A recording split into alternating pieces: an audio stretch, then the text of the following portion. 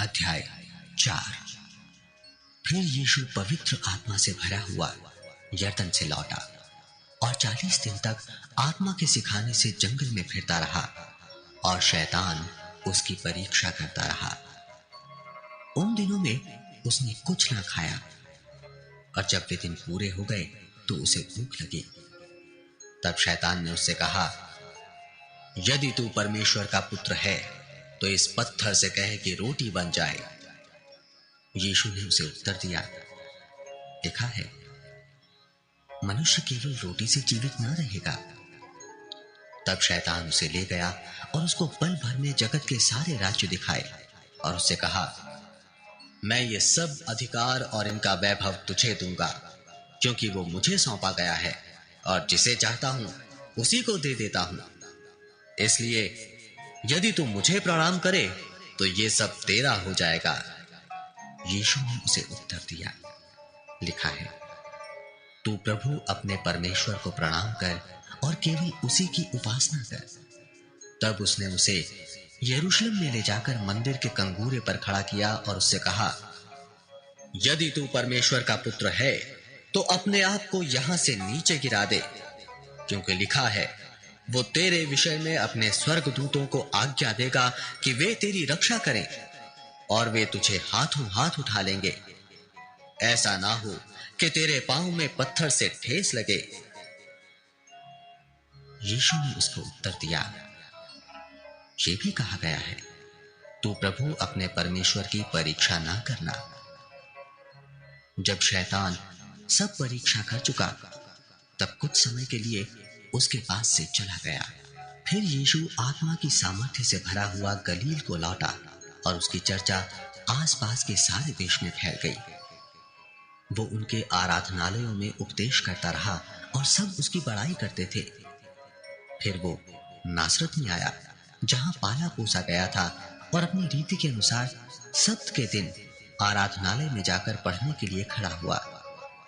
यशायाह भविष्यद्वक्ता की पुस्तक उसे दी गई और उसने पुस्तक खोलकर वो जगह निकाली जहां ये लिखा था, प्रभु का आत्मा मुझ पर है, इसलिए कि उसने कंगालों को सुसमाचार सुनाने के लिए मेरा अभिषेक किया है और मुझे इसलिए भेजा है कि बंदियों को छुटकारे का और अंधों को दृष्टि पाने का सुसमाचार प्रचार करूं और कुचले हुओं को छुड़ाऊं और प्रभु के प्रसन्न रहने के वर्ष का प्रचार करूं।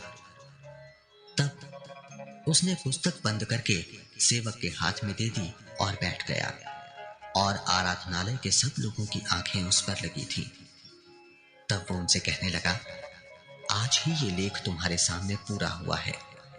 सबने उसे सराहा और जो अनुग्रह की बातें उसके मुंह से निकलती थीं उनसे अचंभित हुए और कहने लगे, क्या ये यूसुफ का पुत्र नहीं? उसने उनसे कहा, तुम मुझ पर यह कहावत अवश्य कहोगे कि हे वैद्य, अपने आप को अच्छा कर। जो कुछ हमने सुना है कि कफरनहूम में किया गया है उसे यहां अपने देश में भी कर। और उसने कहा, मैं तुमसे सच कहता हूं, कोई भविष्यद्वक्ता अपने देश में मान सम्मान नहीं पाता। मैं तुमसे सच कहता हूं कि एलिय्याह के दिनों में जब 3.5 वर्ष तक आकाश बंद रहा, यहां तक कि सारे देश में बड़ा अकाल पड़ा, तो इस्राएल में बहुत सी विधवाएं थी, पर एलिय्याह उनमें से किसी के पास नहीं भेजा गया, केवल सैदा के सारफत में एक विधवा के पास। और एलीशा भविष्यद्वक्ता के समय इस्राएल में बहुत से कोढ़ी थे, पर सीरियावासी नामान को छोड़ उनमें से कोई शुद्ध नहीं किया गया। ये बातें सुनते ही जितने आराधनालय में थे सब क्रोध से भर गए और उठकर उसे नगर से बाहर निकाला और जिस पहाड़ पर उनका नगर बसा हुआ था उसकी चोटी पर ले चले कि उसे वहां से नीचे गिरा दें। परंतु वो उनके बीच में से निकलकर चला गया। फिर वो गलील के कफरनहूम नगर को गया और सब्त के दिन लोगों को उपदेश दे रहा था। वे उसके उपदेश से चकित हो गए, क्योंकि उसका वचन अधिकार सहित था। आराधनालय में एक मनुष्य था जिसमें अशुद्ध आत्मा थी। वो ऊंचे स्वर से चिल्ला उठा, हे यीशु नासरी, हमें तुझसे क्या काम? क्या तू हमें नष्ट करने आया है? मैं तुझे जानता हूं तू कौन है। तू परमेश्वर का पवित्र जन है। यीशु ने उसे डांट कर कहा, चुप रह और उसमें से निकल जा। तब दुष्टात्मा उसे बीच में पटक कर बिना हानि पहुंचाए उसमें से निकल गई। इस पर सबको अचंभा हुआ और वे आपस में बातें करके कहने लगे, ये कैसा वचन है, क्योंकि वो अधिकार और सामर्थ्य के साथ अशुद्ध आत्माओं को आज्ञा देता है और वे निकल जाती हैं। इस प्रकार चारों ओर हर जगह उसकी चर्चा होने लगी। वो आराधनालय में से उठकर शमौन के घर में गया। शमौन की सास को ज्वर चढ़ा हुआ था और उन्होंने उसके लिए उससे विनती की। उसने उसके निकट खड़े होकर ज्वर को डांटा और ज्वर उतर गया और वो तुरंत उठकर उनकी सेवा टहल करने लगी। सूरज डूबते समय जिन जिन के यहाँ लोग नाना प्रकार की बीमारियों में पड़े हुए थे, वे सब उन्हें उसके पास ले आए और उसने एक एक पर हाथ रखकर उन्हें चंगा किया। और दुष्टात्माएं भी चिल्लाती और ये कहती हुई कि तू परमेश्वर का पुत्र है, बहुतों में से निकल गई। पर वो उन्हें डांटता और बोलने नहीं देता था, क्योंकि वे जानती थी कि वो मसीह है। जब दिन हुआ तो वो निकलकर एक सुनसान जगह में गया और भीड़ की भीड़ उसे ढूंढती हुई उसके पास आई और उसे रोकने लगी कि वो उनके पास से ना जाए। परंतु उसने उनसे कहा, मुझे अन्य नगरों में भी परमेश्वर के राज्य का सुसमाचार सुनाना अवश्य है, क्योंकि मैं इसीलिए भेजा गया हूं। और वो गलील के आराधनालयों में प्रचार करता रहा। अध्याय 5। जब भीड़ परमेश्वर का वचन सुनने के लिए उस पर गिरी पड़ती थी और वो गन्नेसरत की झील के किनारे पर खड़ा था, तो ऐसा हुआ कि उसने झील के किनारे 2 नावें लगी हुई देखी और मछुए उन पर से उतरकर जाल धो रहे थे। उन नावों में से एक पर, जो शमौन की थी, चढ़कर उसने उससे विनती की कि किनारे से थोड़ा हटा ले चले। तब वो बैठकर लोगों को नाव पर से उपदेश देने लगा। जब वो बातें कर चुका तो शमौन से कहा, गहरे में ले चल और मछलियां पकड़ने के लिए अपने जाल डालो। शमौन ने उसको उत्तर दिया, हे स्वामी, हमने सारी रात मेहनत की और कुछ ना पकड़ा, तो भी तेरे कहने से जाल डालूंगा। जब उन्होंने ऐसा किया तो बहुत मछलियां घेर लाए और उनके जाल फटने लगे। इस पर उन्होंने अपने साथियों को, जो दूसरी नाव पर थे, संकेत किया कि आकर हमारी सहायता करो। और उन्होंने आकर दोनों नावें यहां तक भर ली कि वे डूबने लगी।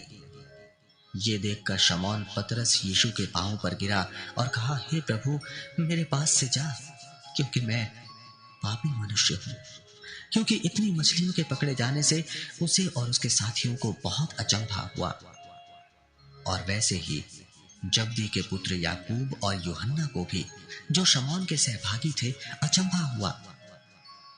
तब यीशु ने शमौन से कहा, मत डर, अब से तू मनुष्यों को जीवता पकड़ा करेगा। और वे नावों को किनारे पर ले आए और सब कुछ छोड़कर उसके पीछे हो लिए। जब वो किसी नगर में था तो वहां कोढ़ से भरा हुआ एक मनुष्य आया और वो यीशु को देखकर मुंह के बल गिरा और विनती की, हे प्रभु, यदि तू चाहे तो मुझे शुद्ध कर सकता है। उसने हाथ बढ़ाकर उसे छुआ और कहा, मैं चाहता हूं, तू शुद्ध हो जा। और उसका कोढ़ तुरंत जाता रहा।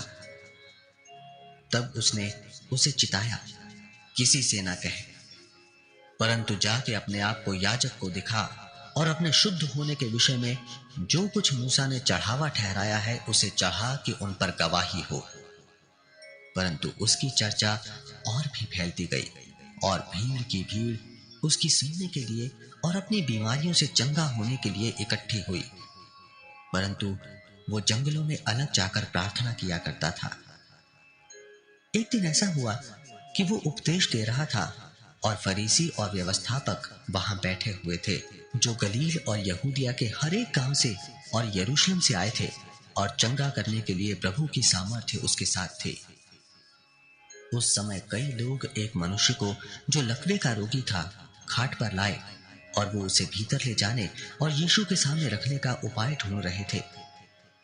पर जब भीड़ के कारण उसे भीतर ना ले जा सके तो उन्होंने छत पर चढ़कर और खपरेल हटाकर उसे खाट समेत बीच में यीशु के सामने उतार दिया। उसने उनका विश्वास देखकर उससे कहा, हे मनुष्य, तेरे पाप क्षमा हुए। तब शास्त्री और फरीसी विवाद करने लगे, ये कौन है जो परमेश्वर की निंदा करता है? परमेश्वर को छोड़ और कौन पापों को क्षमा कर सकता है?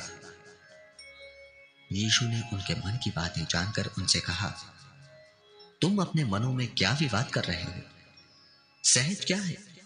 क्या ये कहना कि तेरे पाप क्षमा हुए, या ये कहना कि उठ और चल फिर?